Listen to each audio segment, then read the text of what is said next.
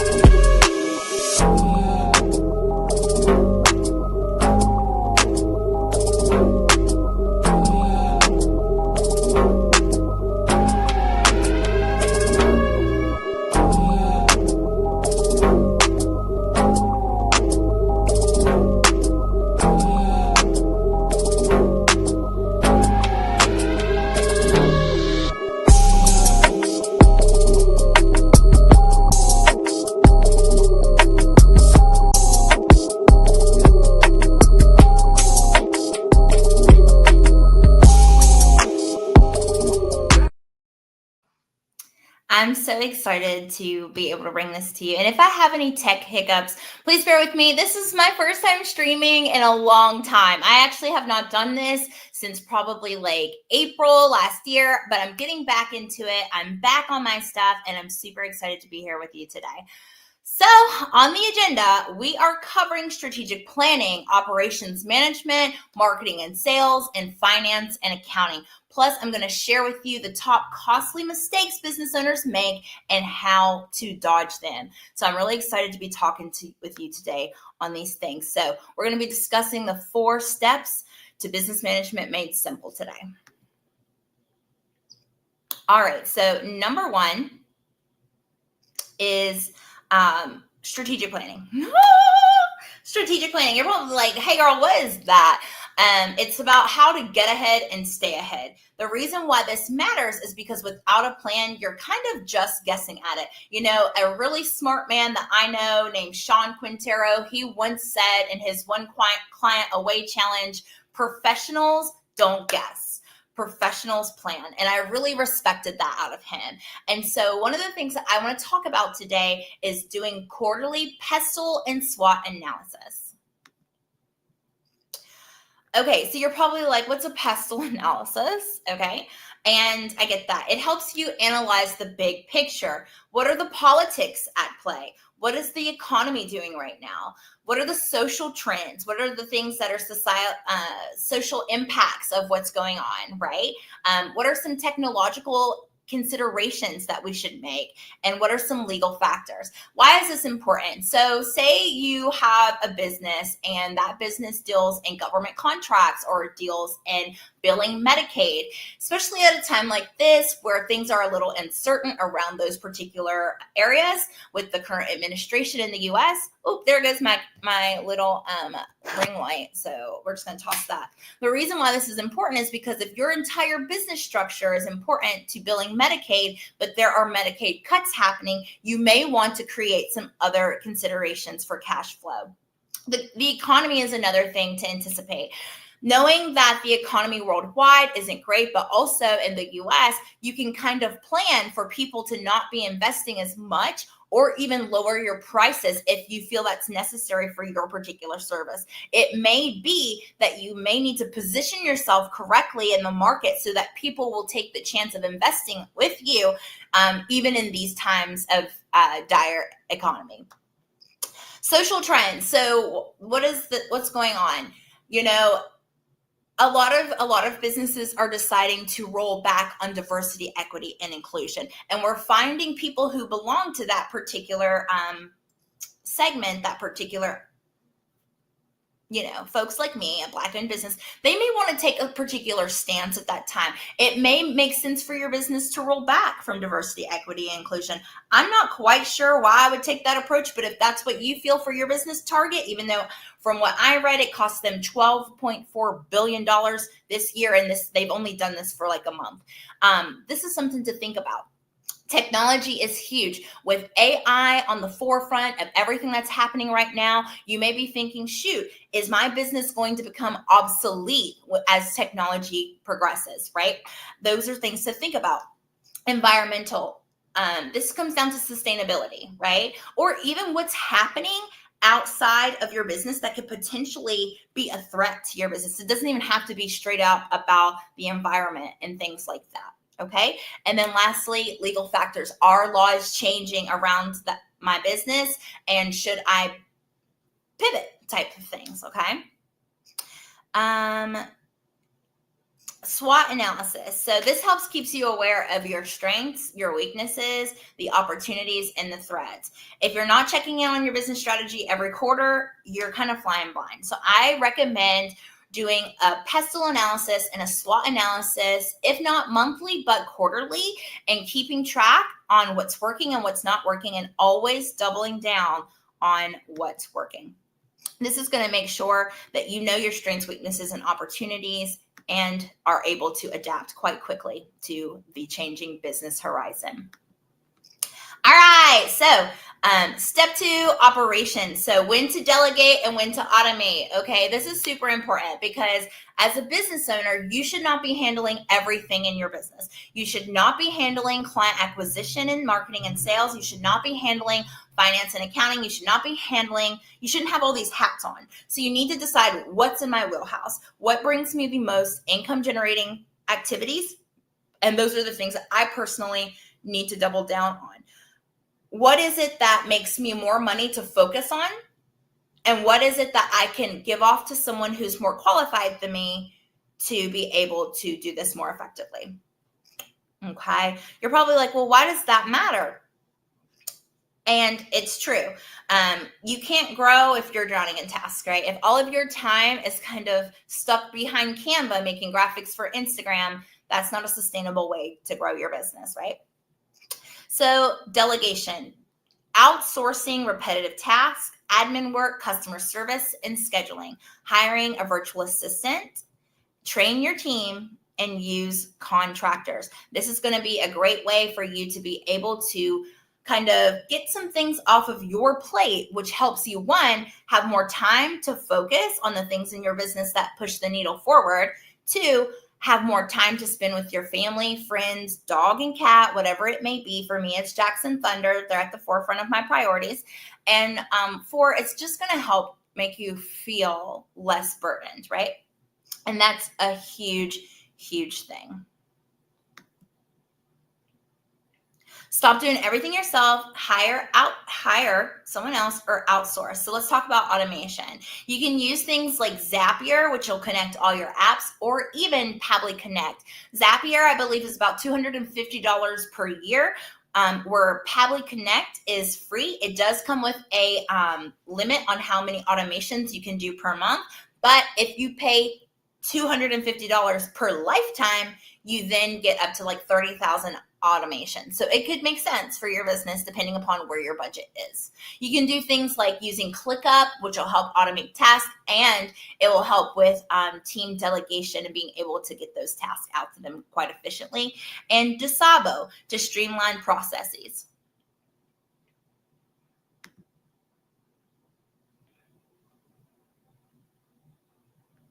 All right, so let's talk about marketing and sales.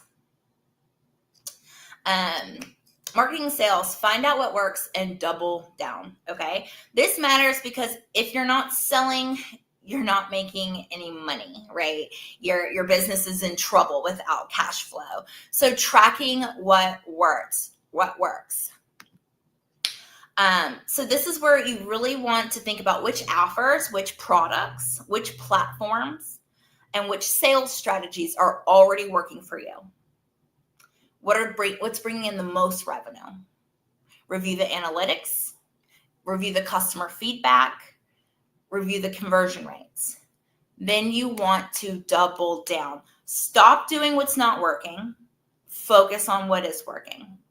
Stop trying to be everywhere, but invest more time, more money, and more energy in the methods that are driving sales. Okay? This is really important. And as a pro tip, if your best sales come from Instagram direct messages or a referral program, put your energy there instead of cold emailing, right? You may even want to test, tweak, and repeat. Marketing is all about strategy. Step 4, finance and accounting. Now, this is something I will openly admit that I am not an accountant. I actually received a C in my managerial accounting class, but my professor gave me a pat on the back because it actually started off worse than that, and they were a little worried. But Q came through, and she managed to do well enough in accounting. And so this is something that I know in business that I should delegate off because this is not my strong suit, right? Sometimes you may not be ready to hire a bookkeeper, or you may not be ready to hire an accountant. That's okay, because there are software systems that you can use to be able to make this more simple for you. Why this matters is because revenue is not a vanity metric. Profit is for sanity, right? It's all your core health of your business comes down to how much cash flow you have and how much costing you have in your business. So it's really important that you stay on top of this, especially around tax season and things like that. So set financial goals. How much do you want to make per month, right? What's your break-even point? If you don't know what these things are, you should roll over to Accounting Basics on YouTube and let my friend over there break that down for you, because he has helped me in so many ways. I almost wish I would have watched those particular videos before I even took my managerial accounting class. But utilizing YouTube to help you get your mind around this terminology, and then using accounting software like QuickBooks, Wave, FreshBooks. Pick one and track everything. You need to track how much money you're bringing in, how much money you're spending on teams, systems, advertising, things like that. And even pens and pencils, your overhead expenses, right? Keep all of your receipts, every receipt that you need, everything that you spent business on, keep them all, have them filed away in a Google folder so that you can track everything. Tracking expenses includes cutting waste, review subscriptions, and keeping your overhead lean. All of these things are very, very, very much important. Pro tip is that businesses that fail are usually the ones that ignore the numbers. The KPIs, the key performance indicators, are so important, right? So how much money am I bringing in? How much money am I spending? What's my break-even point?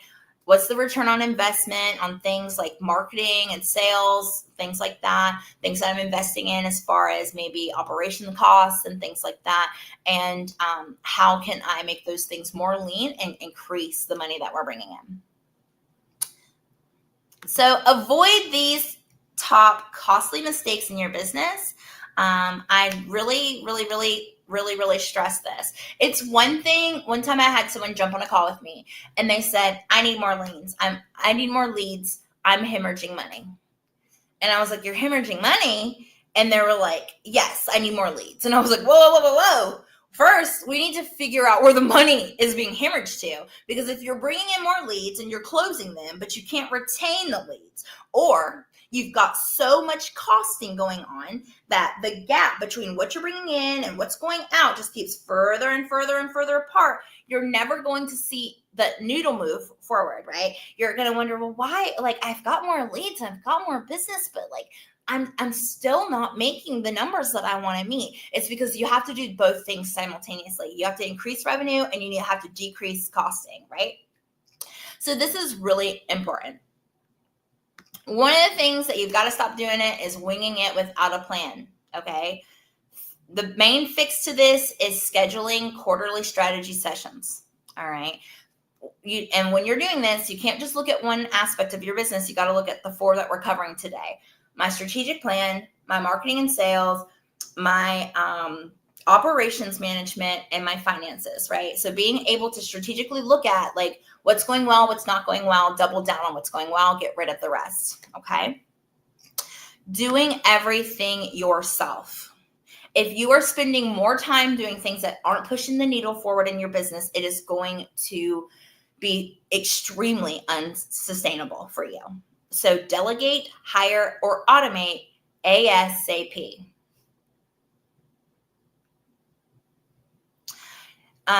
Not tracking sales or customer trends, right? So if you notice that more sales come in November as people are preparing for Christmas sales, or vice versa, maybe they're coming in at October as people are starting to invest more in their business for Black Friday, you may want to think about that, right? You may even want to think about how to navigate your sales plan around customer buying schedule. So thinking about, back to school, Black Friday, Christmas, New Year, these types of customer trends that will help push the needle forward in your business. Review the data weekly and adjust quickly, okay? Be able to pivot very quickly. Ignoring your financial health is a no-no, okay? And it can sink your business immediately. So budget, track expenses, and set revenue goals. Now, it could be that you also don't have a sustainable business model. If your prices are too low and they don't consider your overhead, your hiring costs, your operations costs, this is going to end up being problematic for you in the long run. And so it's really important that you think about your financial health in the long run so that you can set yourself up for success. Lastly, stop trying to sell to everyone. I don't think that you necessarily need to niche down, because I actually don't believe in niching down. I think that you should think about appealing to customer segments in each marketing channel that you particularly use. So if I'm here on LinkedIn, I'm going to focus on businesses, right?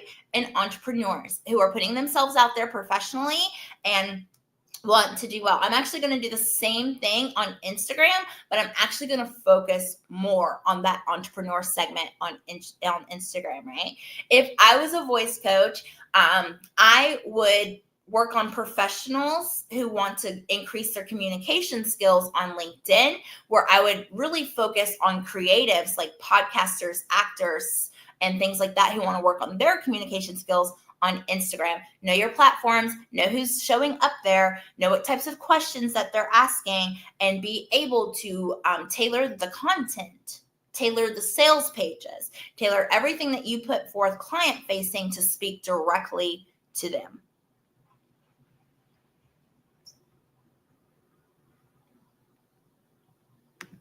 So you may be feeling tired. You may be feeling stuck, and I totally get that. I want to help you create a strategy for success. You can always book a free call with me. They're totally complimentary. You just do so by heading over to the link in my bio. You can go over to KianaTompkins.com and check out our services and things like that. Or you can just send me a DM and say, Kiana, I need to simplify my business. And I would absolutely love to help you with that. I hope that this was informative. I hope that this helps you push the needle in your business. And if you need anything from me, please send me a DM, ask me your questions. I'm always here to serve and to help and to be here for you. Okay. If you want to learn more about how you can be more successful in marketing, be more successful in automating, send me a DM and I will send you a free resource as well. But for now, I will see you next week.